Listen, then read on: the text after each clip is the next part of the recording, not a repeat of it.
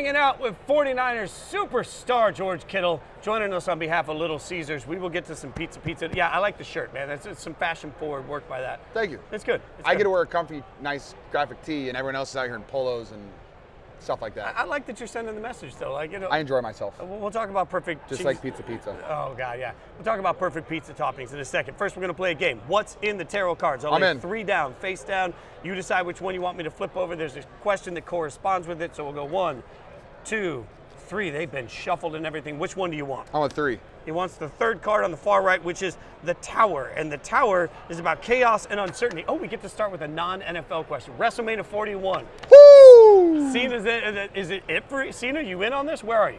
Okay, say it one more time. WrestleMania 41. I'll be there April 19th and 20th in Las Vegas. I'm there. Are we hanging out together? I'm going to be there too. I cannot wait. If you were a pro wrestler, would you have a permanent finishing move? I know you've done this before, but would there be a permanent finisher, or would you just vary it up? You know, if it was allowed, I think I would want to use the Stone Cold Stunner as much as I could. Okay. But somewhere between there and an RKO would be my favorite. And then just a little sprinkle of Sweet Chin music. Okay, I'm just going to be an old school guy. Like, yeah. I'm a Macho Man guy. Sure. I kind of want to see you come off the rope, like the flying elbow drop, like sort of thing. Nobody's done it in a long time. I'm a big fan of the frog splash. Okay, yeah. So I could do something like that. That could be pretty fun. Okay, that's like when you get into that situation, obviously, like if you're a big fan. I am. Like, you watch the guys and get into it. Like, what's that like for you as a fan? You're so busy being a pro athlete. What's it like to just get to be a fan? Oh, I absolutely love it. There's nothing like when you follow the storylines like throughout build up into WrestleMania and stuff like that, and then you know what's going on throughout it and they've done such a good job with promos the last couple of years too. You just really buy into it. So like I'm literally just watching like my favorite athletes perform, and I have a great time. And I'm also really pumped that Charlotte Flair's back because she's an absolute stallion. Well, when the career is done, are we maybe? Triple H has my number. Oh, look at that! I'm trying to make deals happen here. Like, by the way, if you need like a mouth of the South, like a guy in a megaphone, I'm your guy. I'm That's just your saying, guy? little guy you can throw around that will yell for you. I'm in on it. All right. So what do you got? You get 3 cards. What do you want to pick? We're here. He goes far left, and this card is the Moon. We got a little bit of gritty intuition, dreams. All right, let's use intuition on the Super Bowl. You know this Chiefs team well. I do. How do you beat them? Beat their pressures on defense. Spags is, one thing we talked about when we played them was we thought it was the best defense that we were going to play the whole season, not just based off the defensive coordinator, but also based off of a lot of those guys have been playing together for a long time, and so they know each other, they know where they're going to be. It's a very, very sound defense, but the best thing about what Spags does is the way that he pressures stuff. Like all of a sudden it looks normal.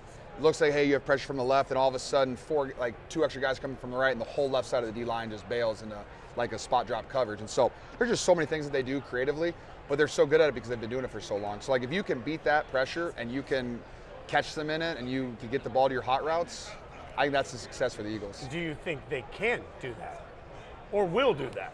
I think if Saquon runs the way he's been running the last couple weeks, I think they can kind of get them out of those pressures, and they can kind of just do a couple dump offs outside of that. If you can get them out of those pressures, you have a good chance. How do the Saquon runs impact the way Spags has to attack? Deep football conversation. It is a good one. Well, a lot of the things with pressures too is guys are hitting gaps, and like they have to be in certain gaps when they hit them. And so if one guy hits a gap and the D lineman goes in that same gap, and all of a sudden there's a hole right there, Saquon is one of the few running backs that can take it 70 yards every single time. So there will be some caution, I think, from the Chiefs in regarding to blitzing Saquon. All right, let's throw 3 out and see where he goes this time. Is there a pattern?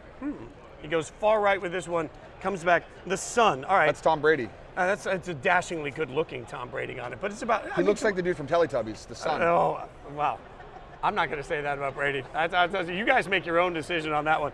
Okay. Don't hurt me. A little bit of positivity, fun. You're wildly famous. Who's the most famous person in your phone? Just in my opinion, besides I have Triple H's number, which is famous for me. Yeah.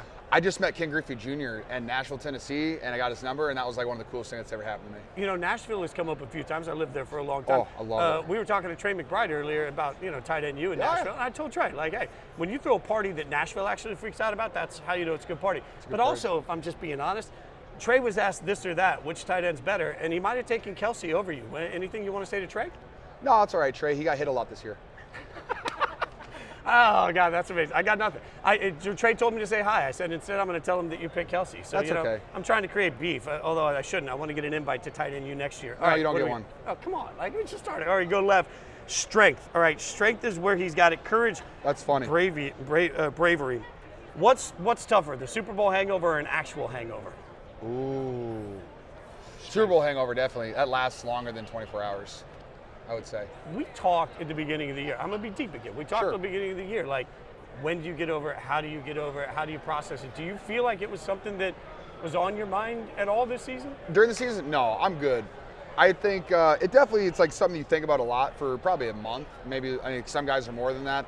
I probably know people who still think about it all the time. It's like, but I've gotten, hey, take your time off, try to get your body healthy. And then really for me, it was like when I started being able to train again is kind of when it's like, all right, I have new goals for the season and I can kind of flush everything. All right, we'll throw more out.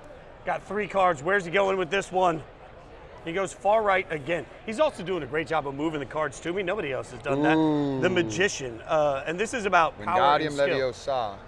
What is it about tight ends that have made them such a key to great offenses currently in the NFL? One, I think a lot of young quarterbacks that come into the league, your safety blanket's obviously your tight end because they're very reliable. They catch basically everything that you throw to them.